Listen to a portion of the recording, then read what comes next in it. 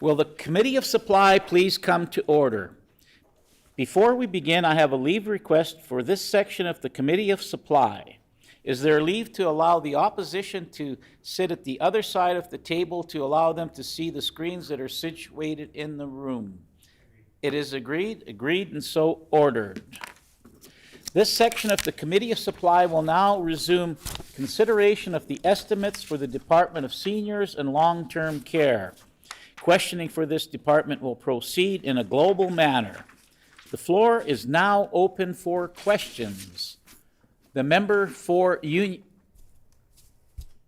Station. Does the Minister of Seniors and Long-Term Care have something he'd like to say? The Minister of Seniors and Long-Term Care. Thank you, Mr. Chairman. And I just, as per yesterday's meeting, I would like to provide further information to the member, as well as a clarification, if you'll allow me.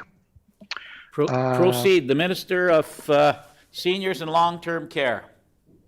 Thank you, Mr. Chairman. As of April, this is in regards to the personal care home beds that the member had asked about yesterday. As of April the 1st, 2022, there were 9,513 licensed personal care home beds, and I believe I gave that answer accurately yesterday.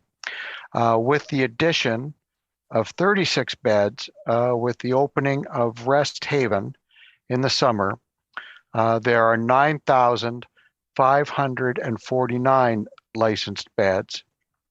And as of October the 4th, 2022, there were 9,462 beds available for occupancy.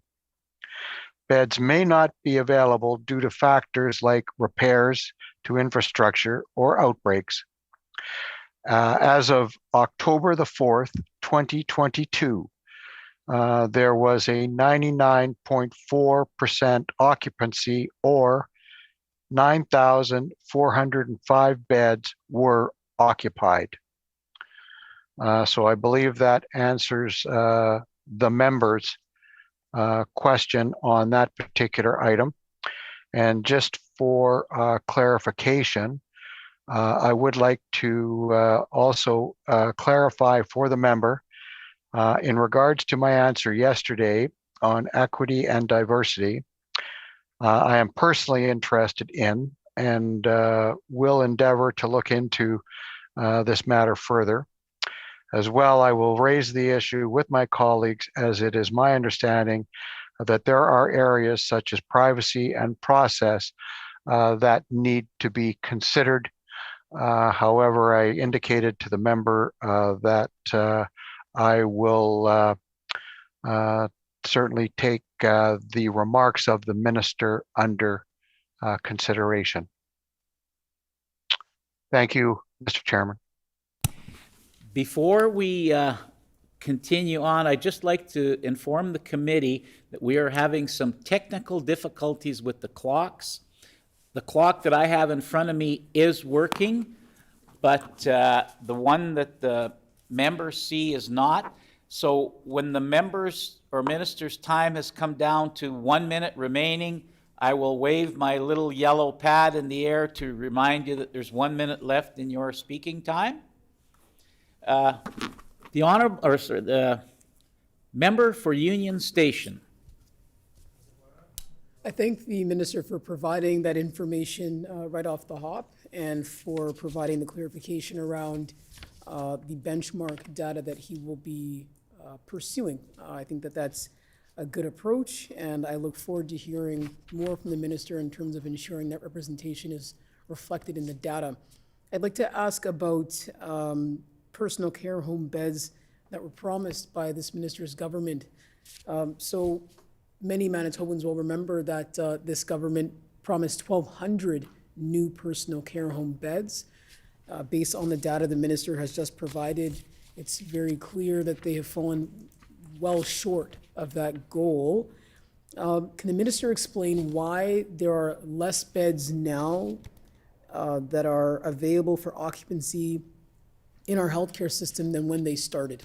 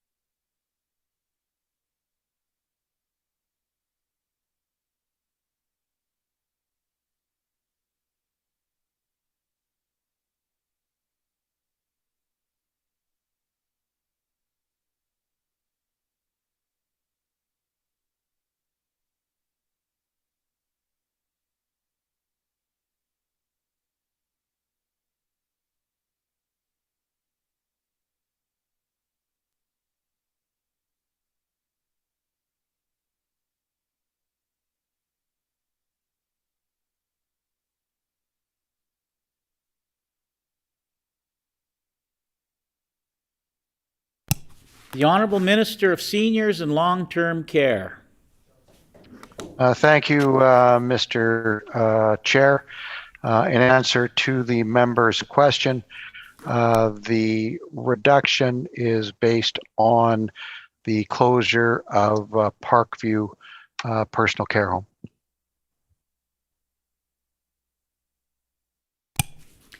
The member for Union Station.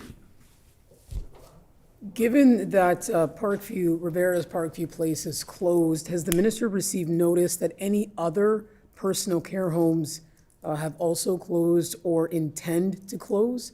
And if so, how many beds are involved in those potential closures, or if they've already happened, bed losses due to those closures?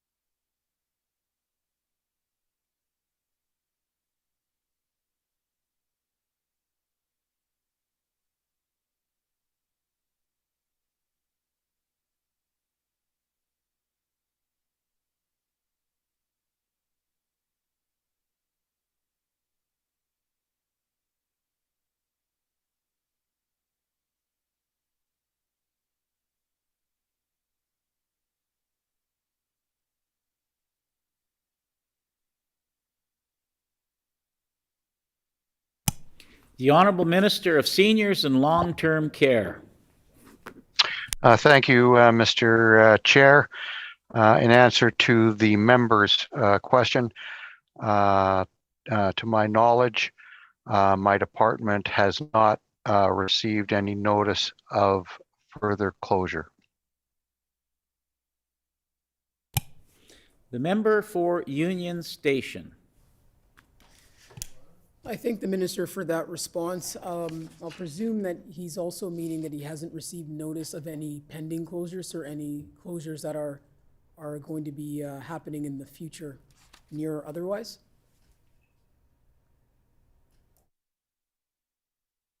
The Honorable Minister of Seniors and Long-Term Care. Thank you, Mr. Chairman. Yes, I have not received any notice of further closures.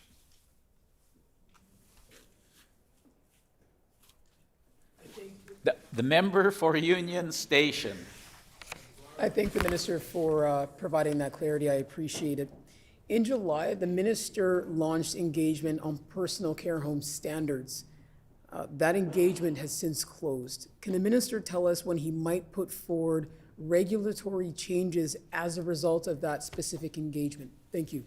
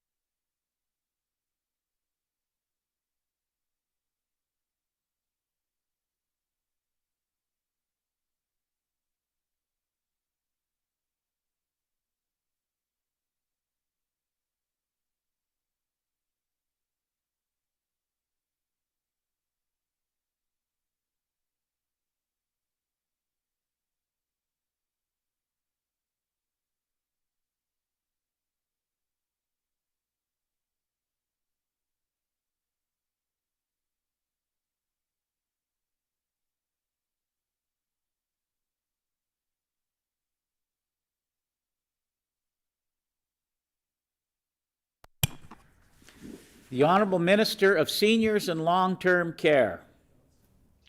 Thank you, Mr. Chairman. And in answer to the member's question, the standards review is actually a initiative by the Minister of Health. I will indicate that the Stevenson review recommendations that I've indicated have been adopted by the government, and my department will be implementing. Our department will be working closely with the Department of Health to ensure that the standards that we adopt will be implemented.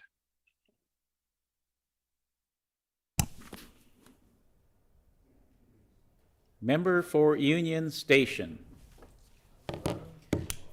I thank the minister for that response. I just want to make sure that I'm clear. I'm speaking specifically to an announcement the government made in July. The release was sent out July 12th over the summer, saying that they would be engaging citizens regarding the standards of personal care homes. You were inviting, rather the minister and the government were inviting Manitobans to provide feedback on personal care home standards to help the government better understand the perspectives on this topic.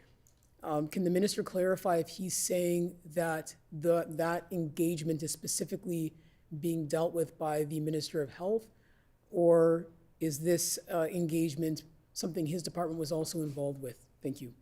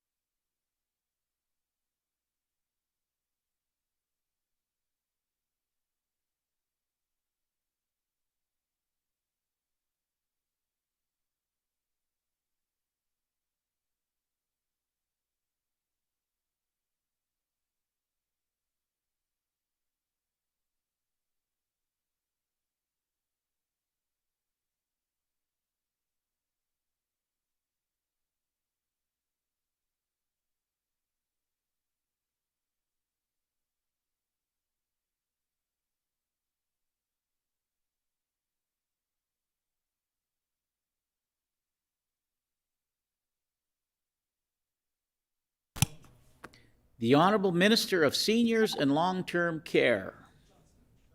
Thank you, Mr. Chairman, and further to the members' question, upon reviewing the July 12th news release, it states that Minister Gordon is initiating the engagement on personal care homes.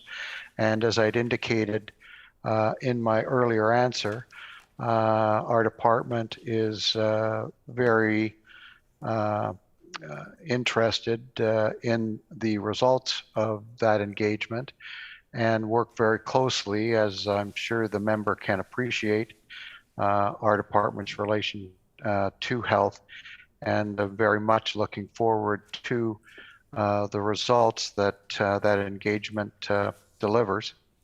As well, as I have indicated to the member, we are very aggressive in establishing the recommendations from the Stevenson report. We do have a steering committee, and we are following through on all of the recommendations that have been made and are being adopted.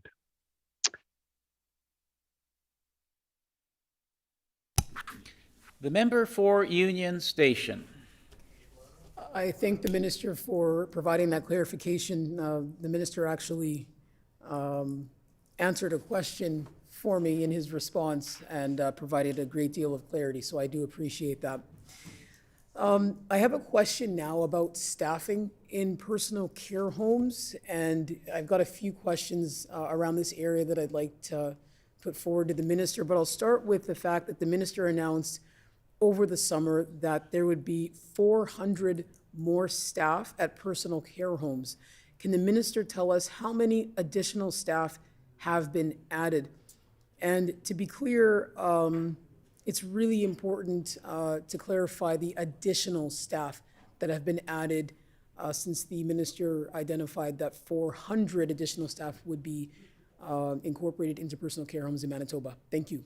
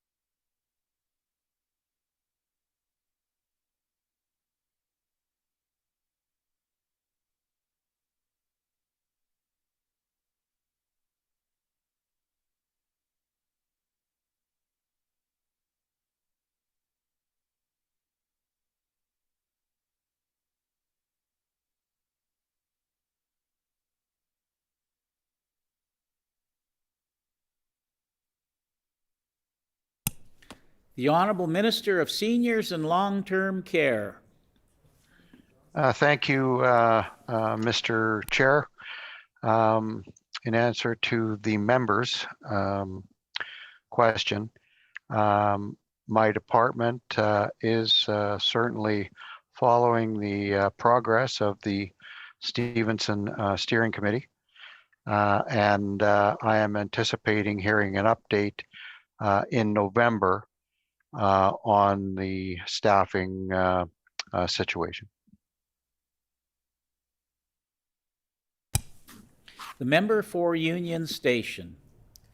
Yesterday, the minister provided me a bit of a breakdown on how the funds, 2 pots of dollars were spent in regards to personal care homes, the $32 million in grants and the $21 million in other expenditures. And in his response, in regards to the $32 million in grants, he talked about $15 million being allocated for infection control and $16 million being allocated for other items, staffing included. And he did make mention of nursing positions and other staffing positions. So given that the minister does seem to have a sense that those funds were allocated to address staffing and to bolster healthcare human resource, I'm hoping he can give me a sense, even an approximation, of how many additional staffing positions, nursing or otherwise, have been added. If you can't clarify if the 400 more staff target has been achieved, I can appreciate that. But if the minister could provide some clarity on just approximation on how many positions they believe have been added, and perhaps a breakdown on what types of positions, that would be great.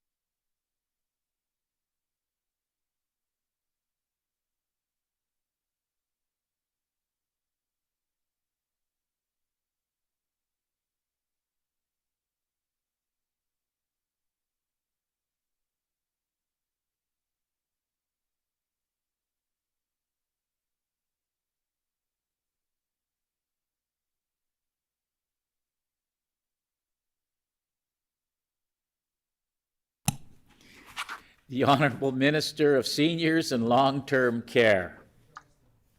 Thank you, Mr. Chairman. And as I indicated earlier, I am expecting a update in November from the steering committee. The regional health authorities are mobilizing actively to recruit various positions. The member for Union Station. Can the minister provide us with staffing number information for personal care homes in Manitoba? So for example, the number of healthcare aides, the number of nurses, number of vacancies, et cetera. If the minister could provide that information for personal care homes across the province, that would be greatly appreciated.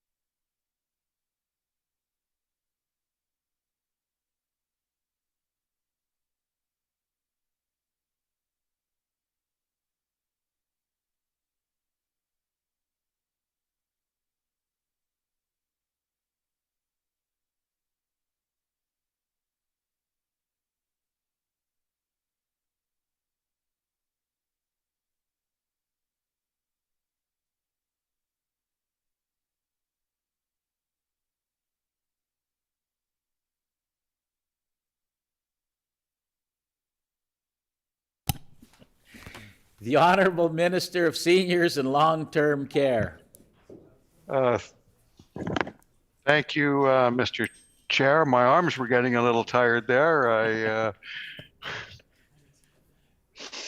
Thank you, Mr. Chair. In answer to the member's question, in order for the member to receive the most accurate information in regards to the data that the member is asking for, it would be my suggestion that this question be referred to the health department. The accessible data, the member would be best served to receive the information directly from health. The member for Union Station. My understanding, given the minister's mandate and responsibilities, are that he should have access to this information. While I can appreciate that perhaps the minister does not have or might not have access to exactly, perfect information at this time, I would hope that the minister would have access to information and data that would at least give him an approximation of what is going on in terms of staffing in the personal care homes where the seniors that he is responsible for leading their health care and their needs are living and residing. So if the minister is able to provide, again, even approximate data, as much information as possible in this area, I would appreciate it.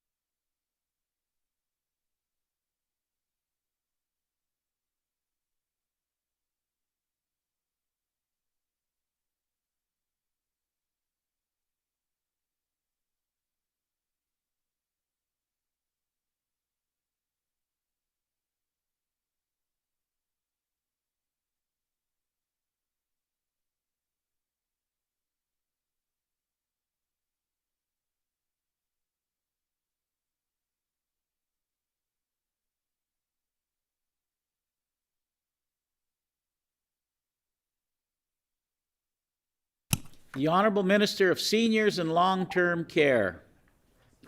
Thank you, Mr. Chair, and as our department reviews certainly various issues, we do certainly have access to information. However, I would indicate to the member that my initial answer is still my recommendation to the member to ensure that the information that is required by the member is best ascertained by the health department.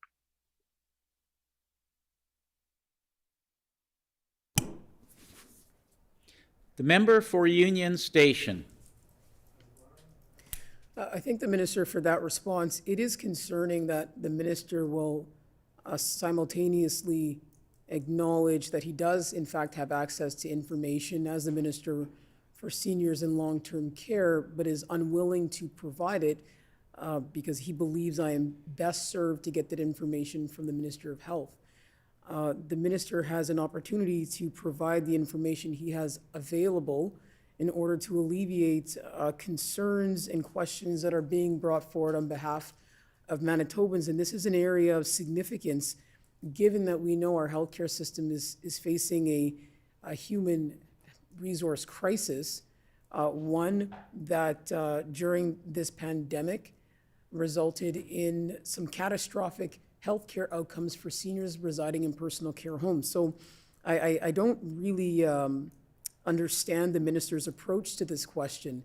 If he has the information available to him, which he's indicated he does, it would, in my mind, serve him very well and his department well to provide the information he does have available. And certainly on my own end, I can pursue further information from the Minister of Health if there are any other gaps. So again, we're asking these questions on behalf of Manitobans, and it's disappointing that the minister is choosing to withhold this very important information regarding staffing information for personal care homes. But I am going to move on because the minister has made clear he's going to continue to withhold that information. In June, the minister and the Minister of Health said that the Protection for Persons in Care Office would open an investigation into Oakview Place extended care. A direct quote, upon the conclusion of the criminal investigation, end quote. Can the minister provide us an update and in terms of where things are, if they have any information in regards to the investigation and the status of Oakview Place?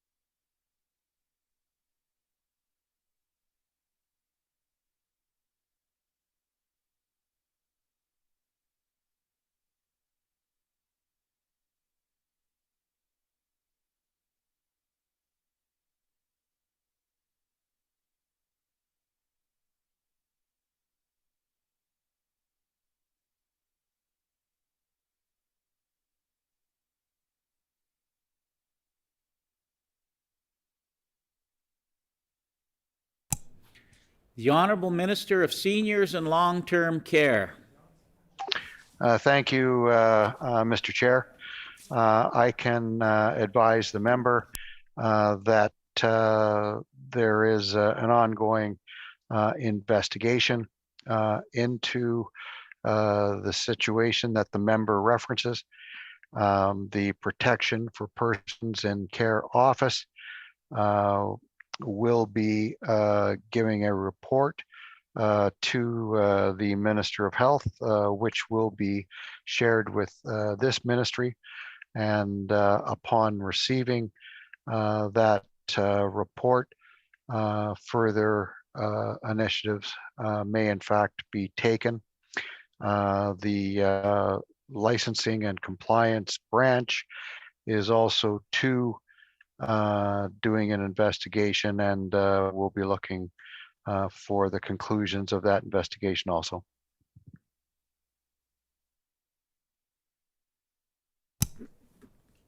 The member for Union Station. Can the minister provide clarity? And thank you for that. I thank the minister for that response.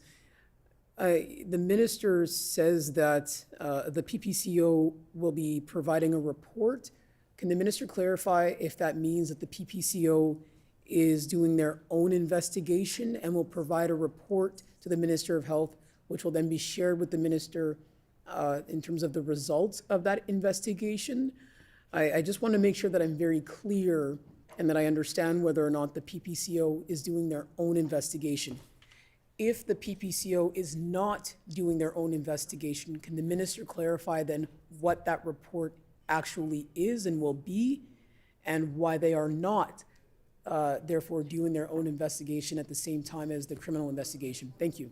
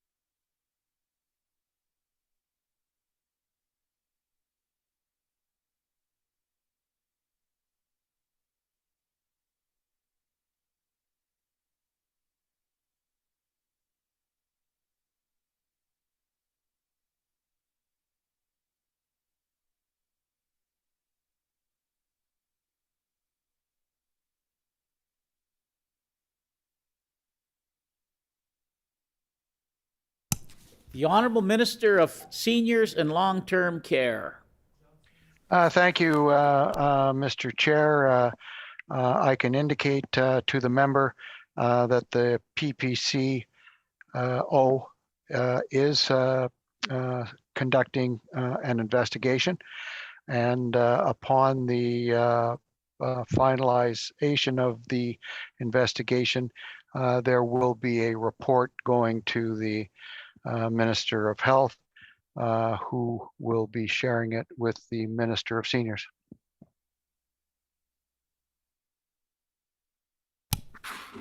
The member for Union Station.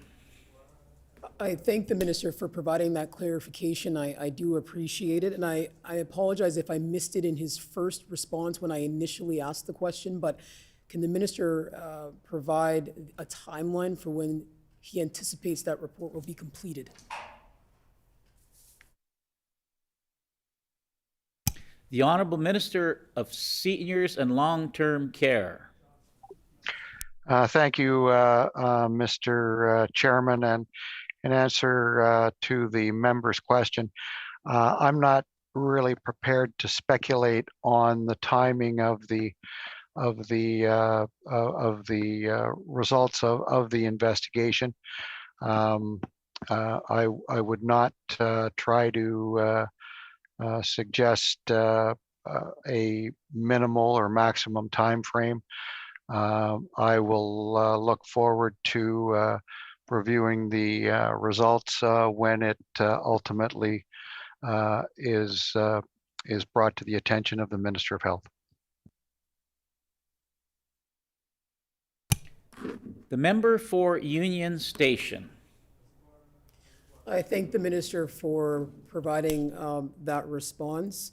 That information is very important. As he is well aware, there are families that have been incredibly harmed by what happened at Oakview Place and are certainly deserving of answers to their questions, accountability, and a path forward that we all hope ensures no seniors or elders will ever be subjected to the harms that we've heard reported.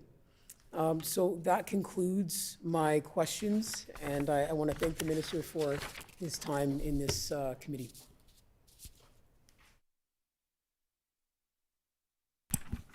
Hearing no further questions, we will now proceed to consideration of the resolutions. At this point, we will allow virtual members to unmute their mics so they can respond to the questions I will now call. Resolution number 34.2. Resolve that there be granted to His Majesty a sum not exceeding $53,668,000 for seniors and long-term care for the fiscal year ending March 31st, 2023. Shall the resolution pass? The resolution is accordingly passed.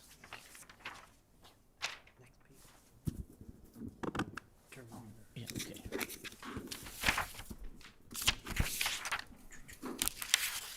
The last item to be considered for these estimates is item 1A, the minister's salaries contained in Resolution 34.1. The floor is open for questions. I move that The member for Union Station. Thank you, Mr. Chair. I move that line item 34.1A be amended so that the Minister of Seniors and Long-Term Care salary be reduced to $21,000.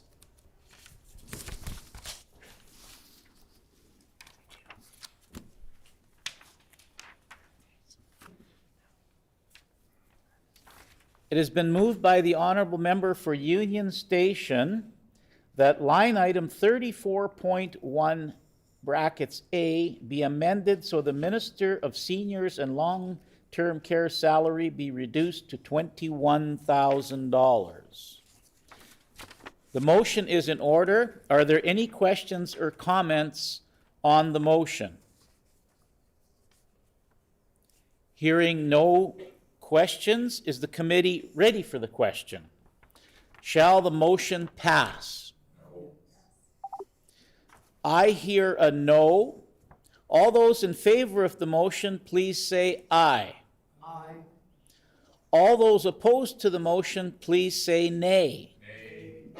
In my opinion, the nays have it.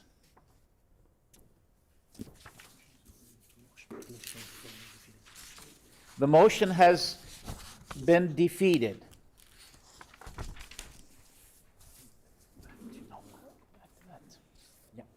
The last item to be considered for these estimates is item 1 brackets A, the minister's salary, contained in Resolution 34.1. Shall the resolution pass? Oh, sorry. Oh, sorry, I gotta read that. Be it resolved that there be granted to His Majesty a sum not exceeding $662,000 for seniors and long-term care executive for the fiscal year ending March 31st, 2023. Shall the resolution pass? The resolution is accordingly passed. This completes the estimates for the Department of Seniors and Long-Term Care. We will take a... No, not yet. Sure. Okay. Then read this, and then you ask for recess. The next set of estimates to be considered by this section of the Committee of Supply are for the Department of Environment, Climate, and Parks. Shall we briefly recess to allow the minister and critics the opportunity to prepare for the commencement of the next department? Agreed? Agreed and so ordered. Yep, keep that. That's what gets on. 406.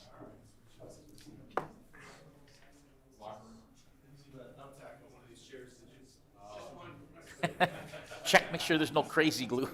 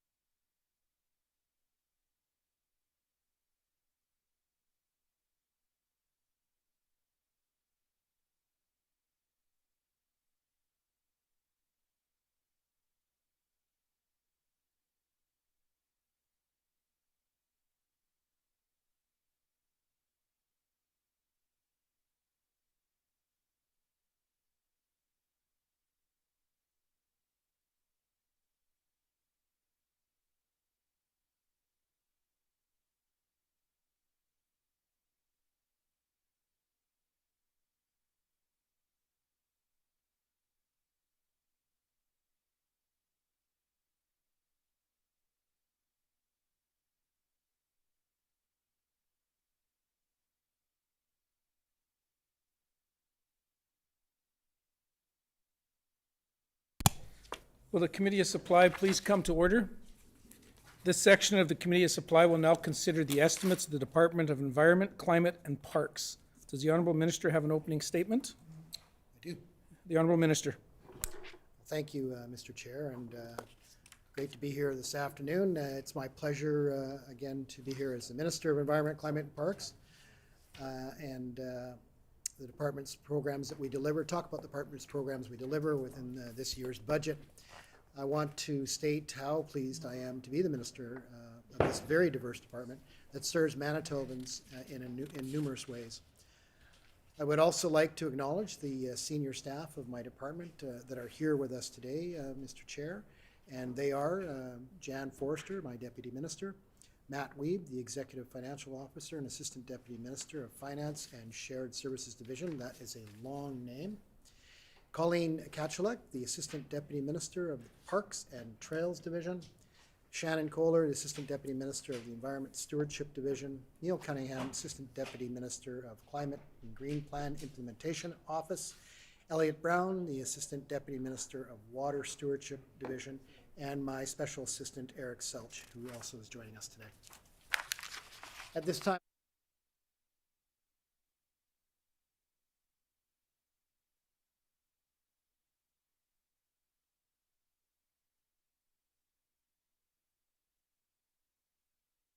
natural environment where current and future generations will prosper. This reflects my government's commitment to balance the needs of Manitobans while protecting the environment and also sustainably growing our economy now and in the future. Protecting the environment has been a clear importance this past year as we work on a number of key priorities. Since becoming Minister of the Department of Environment, Climate and Parks, I'm pleased to meet a variety of stakeholders, industry representatives, and Manitobans, including Indigenous communities. I and our department are committed to listening to Manitobans and to stakeholders groups to improve services our department offers.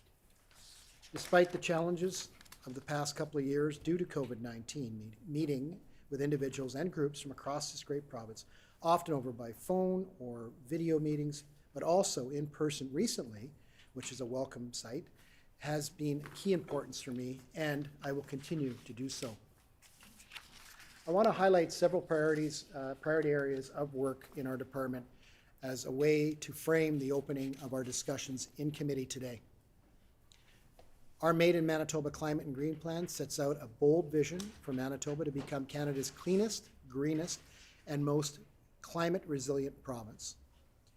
It includes a variety of tools to reduce greenhouse gas emissions, adapt to changing climate, build a prosperous green economy and that focuses on adding green jobs in Manitoba, protect our valuable waters, and conserve our natural environment for both current and future generations to enjoy.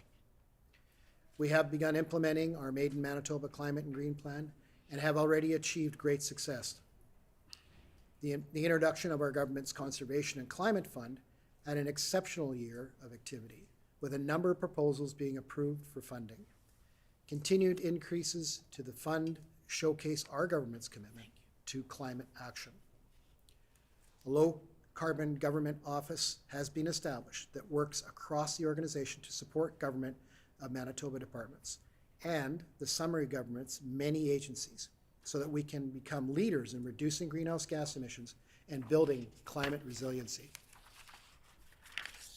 Manitoba has been able to work with federal government and other provinces and territories to ensure access to dollars to deliver innovative and green programs and initiatives. For example, the Government of Canada through the Low Carbon Economy Fund and the Government of Manitoba through Efficiency Manitoba are each contributing to support natural gas reduction programs offered by Efficiency Manitoba. This is a tangible benefit that will improve Manitoba's energy efficiency and the health of our natural environment. In addition, the Climate and Green Plan Implementation Office has been instrumental in leading the Efficiency Trucking Program, which has seen the Government of Manitoba contribute to an initiative that reduces greenhouse gas emissions in transportation sector by providing rebates for fuel-saving technology and retrofits for heavy-duty vehicles. The department continues to develop a multi-pronged approach to modernization of our provincial parks. The Park Endowment Fund is a big piece of this and illustrates the commitment of our government to our wonderful provincial parks. Strategic capital infrastructure improvements continue to ensure that amenities and facilities that are available to enhance the experiences of Manitobans who are increasing their visits to our parks and campgrounds. Capital spending is targeted to address a variety of priority projects for the benefit of Manitobans and our visitors. We launched a study in partnership with Travel Manitoba to better understand the opportunities we may wish to consider to improve parks in Manitoba. I am looking forward to reviewing and creating the creative and innovative ideas that may come from this study. Our parks are not for sale.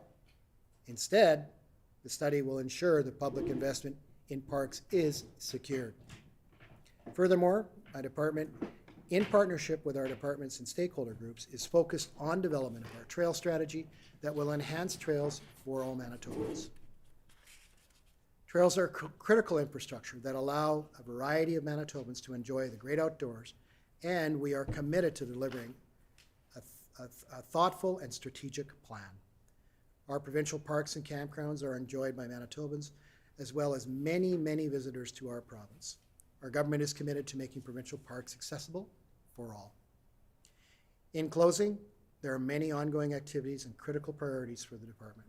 We are committed to building partnerships and continuing our ongoing discussions and consultations. Thank you, Mr. Chair. We thank the minister for those comments.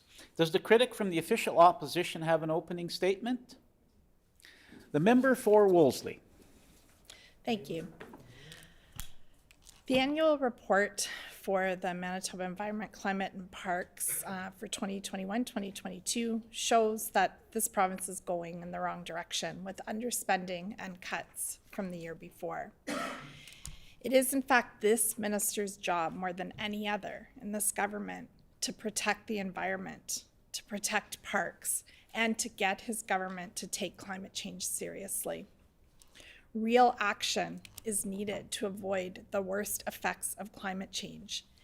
And the bottom line is there is not enough being done by this government. We can see by the budget that this government's gone in the opposite direction. We know that you've dropped transit funding, dragged their feet on North End Pollution Plant, and as I talked about earlier today, fought the carbon tax. This government's done virtually nothing to increase protected spaces in Manitoba. And this government is in support of increasing the use of pesticides in this province. That we heard from many folks talking in committee that they don't support this, that it increases dangers for health, it increases costs to the healthcare system, and it's worse for the environment and biodiversity. And it's unfortunate that that's the only bill that has even been brought forward by the minister of this department. So looking at the budget and the record, I just want to urge this department to do more. Thank you.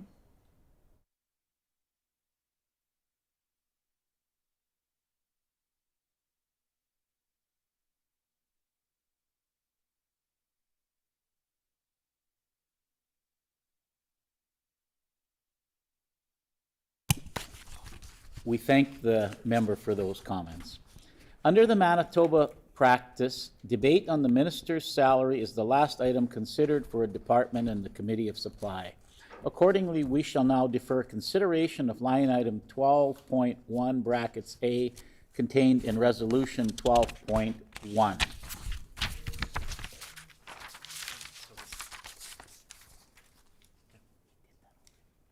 we haven't invited to this table. But they're here. No, but they might want to move, but just technically we still need to. Okay. At this time, we invite the minister's staff to join us at the table, and we ask that the minister introduce the staff in attendance. But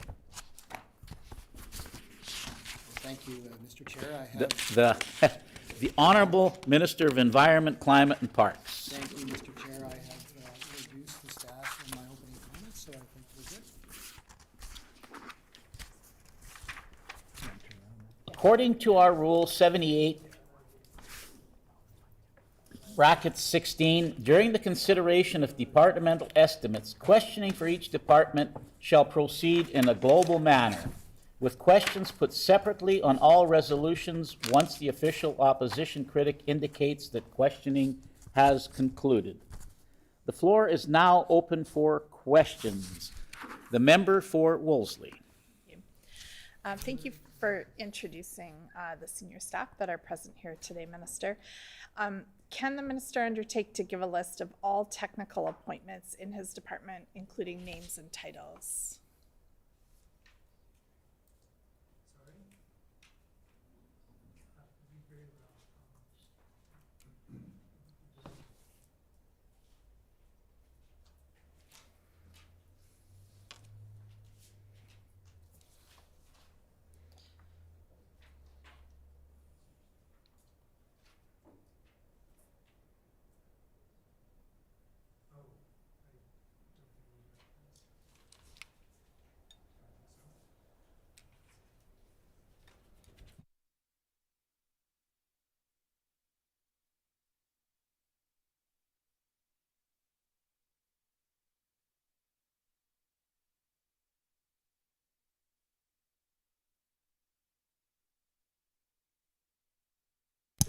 The Honorable Minister of Environment, Climate, and Parks. Well, thank you, Mr. Chair, and certainly pleased to provide the technical officers to the member, and looking forward to also having a more broader discussion on the member from Wolseley's comments about the department not moving on climate. I think we're looking forward to challenging that comment today, and certainly we will be doing that in the coming minutes and days as long as we sit.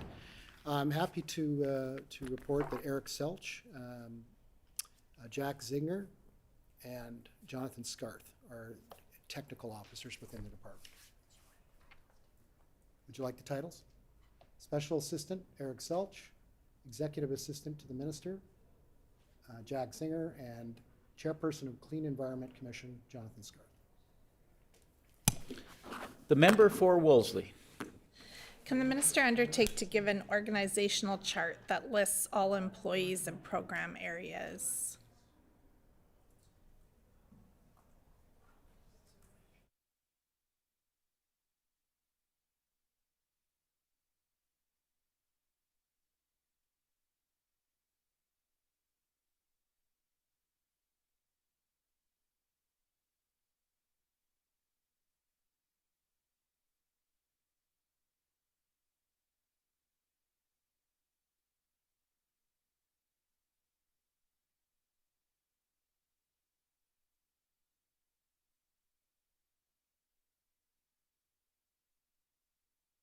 The Honorable Minister of Environment, Climate, and Parks. Well, thank you, Mr. Chair, and I know the member has a copy of the Budget 2022 Supplement Estimates and Expenditures for Manitoba Environment, Climate, and Parks. I'll direct the member to page 13, which has a clear chart, an organizational chart that you're referencing. That would be, again, page 13.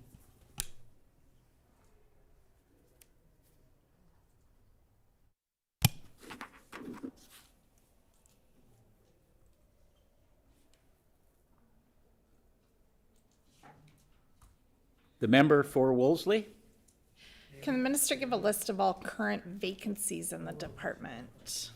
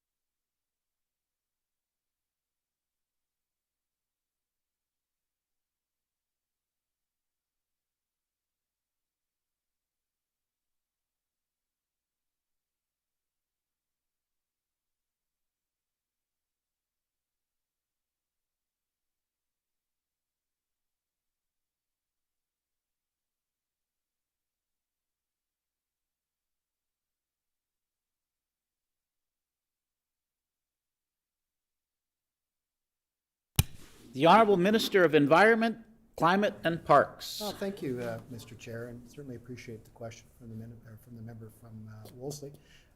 Currently, as of August 31st, 2022, there are a total of vacant FTEs of 77.6, and 25% of that number are actually administrative levels, where when the NRND was formed, some of them amalgamated over to our department. So I want to make sure I'm giving the member a clear understanding of what the 77.6 vacancy rate is. And again, to the total complement, it's about 16% of our total complement of staff, full-time staff right now, FTEs.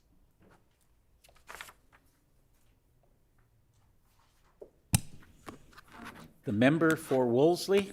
Can the minister, you don't have, not to explain every one of those vacancies in detail, but can the minister give me an overview of what departments and positions where these vacancies in general are?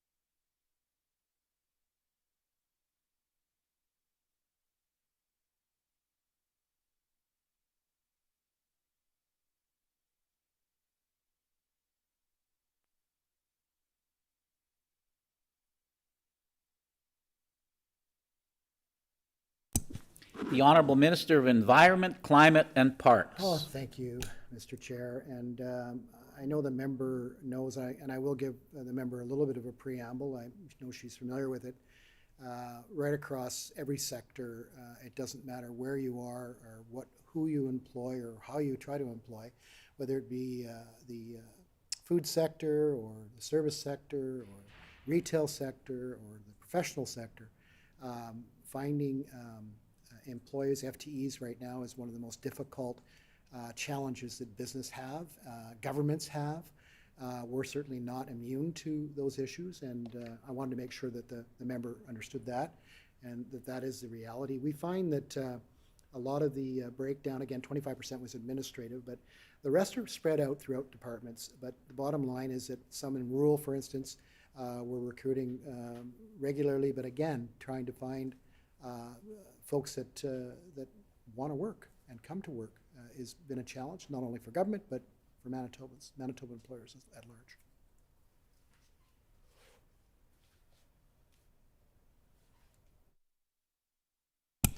The member for Wolseley. Thank you. I can certainly appreciate the issues with hiring at this time.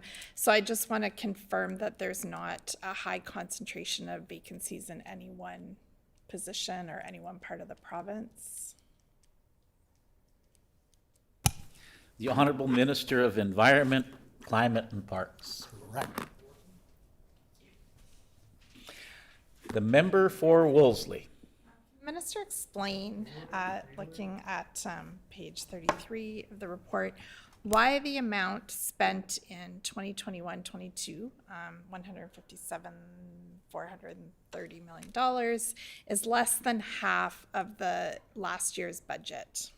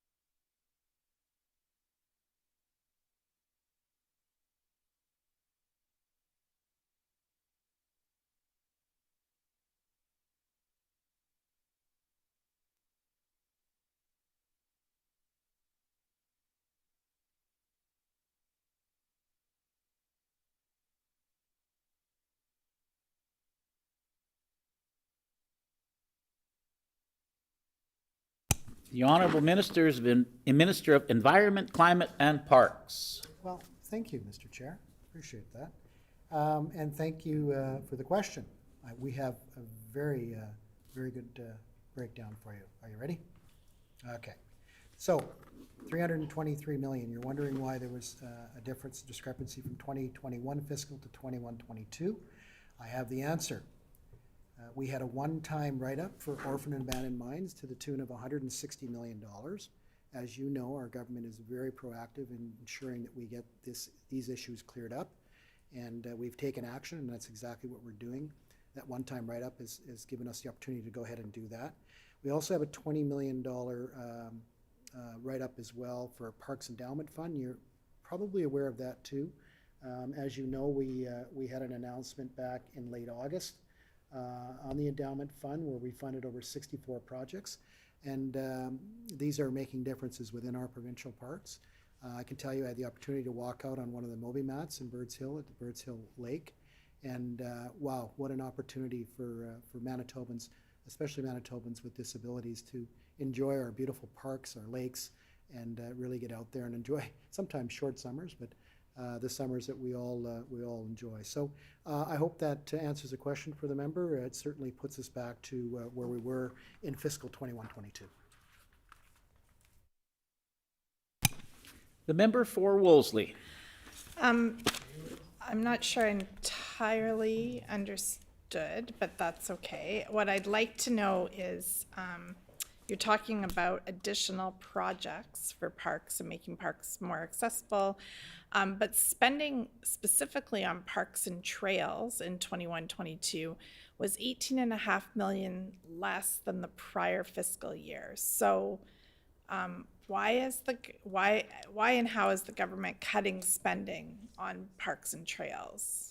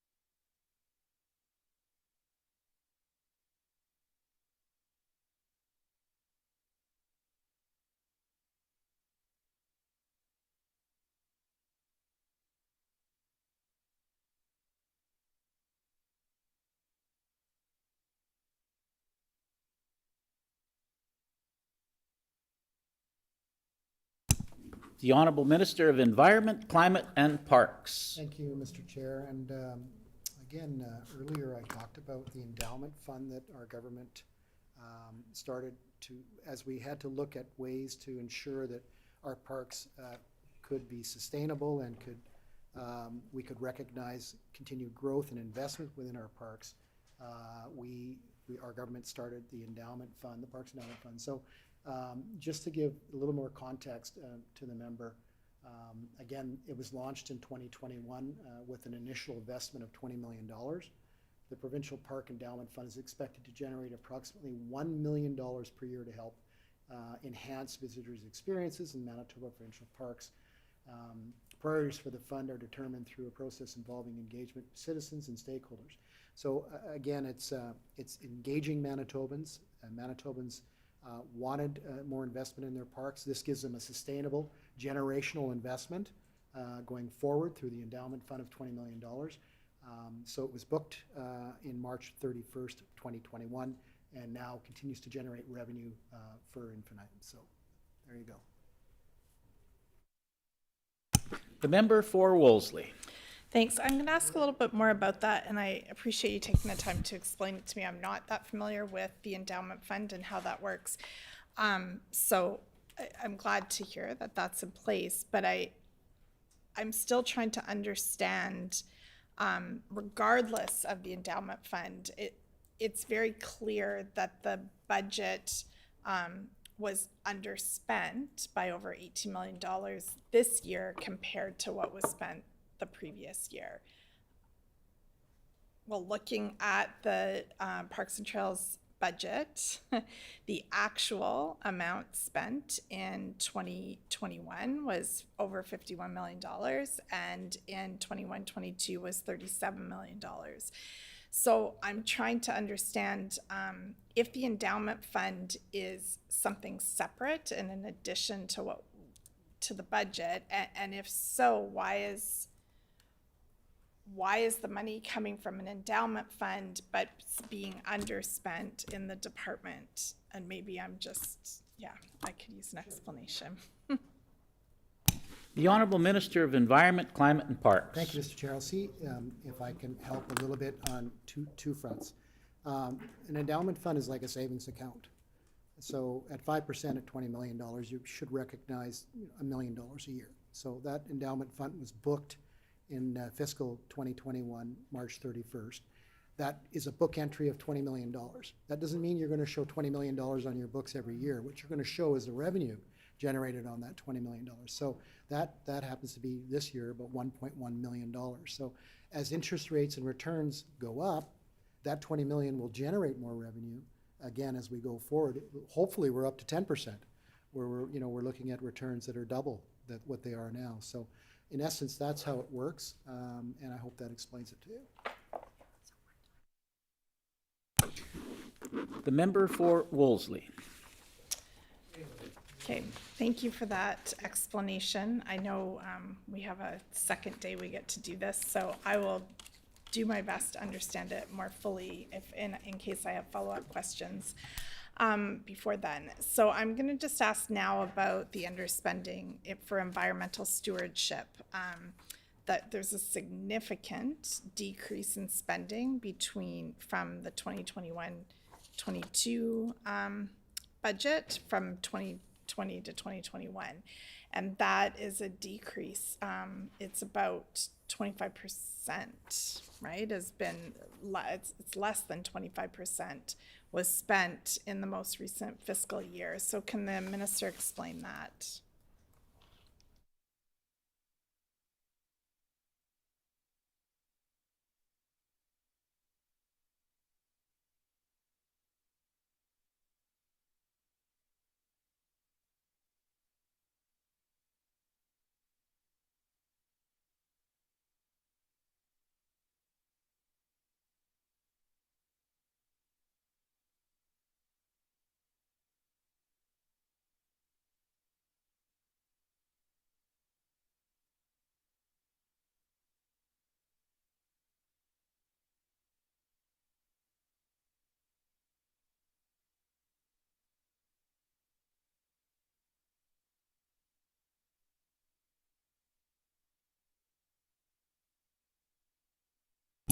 The Honorable Minister of Environment, Climate, and Parks. Thank you, Mr. Chair. And just some clarity, if I may, on page 39, section 12.3.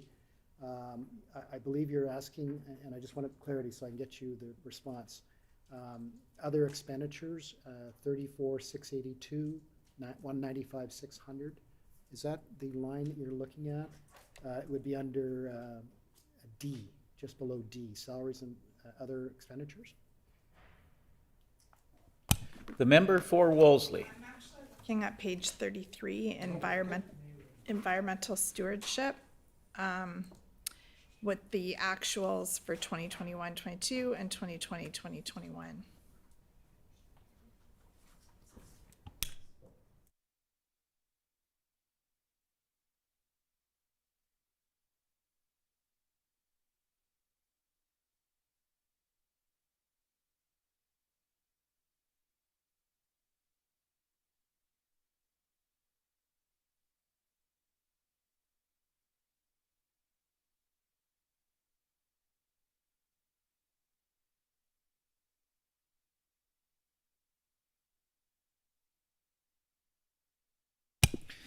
The Honorable Minister of Environment, Climate, and Parks. Thank you, Mr. Chair, and again, thank you for the question and the clarity. Again, this question refers to the orphan and abandoned mine book entry. So essentially then what we did was we booked $160 million to tackle the issue that was left unchecked for many years under the former government. And we now have on our books a liability to ensure, though, that we can spend up to that $160 million as we go forward. So the next fiscal on a go forward gets us back to where we were in previous years with an account of about 45 million.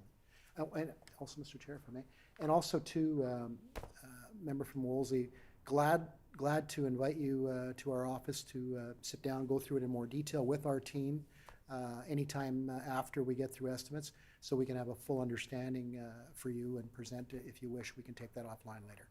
Thank you. The member for Wolseley.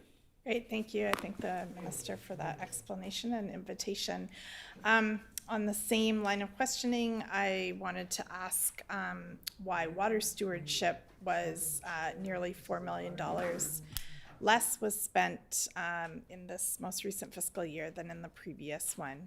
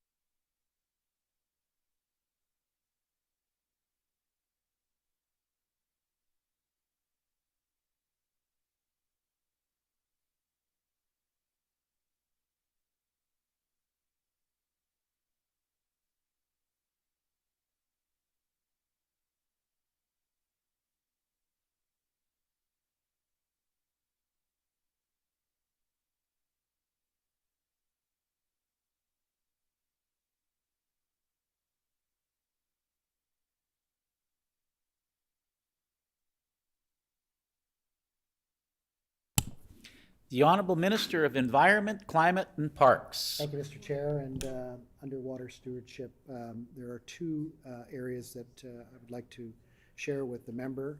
One was a $2.5 million watershed district capacity fund.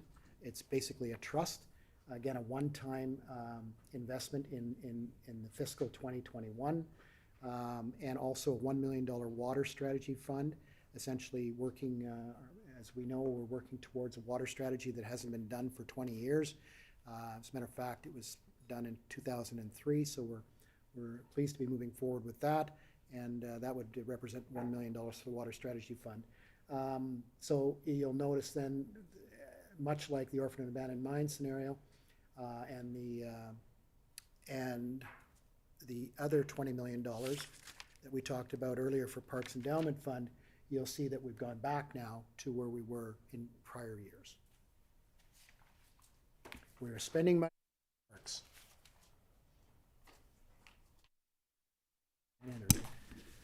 The member for Wolseley.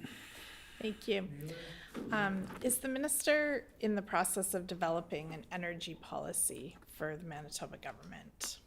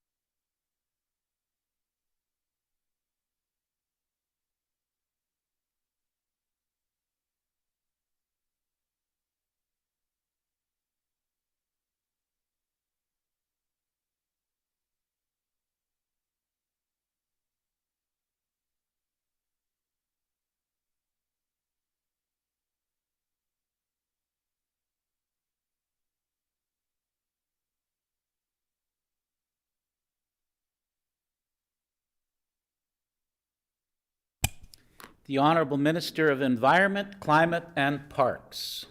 Thank you, Mr. Chair, and I thank the member from Wolsey for the question. And certainly, yes, we are working on an energy strategy.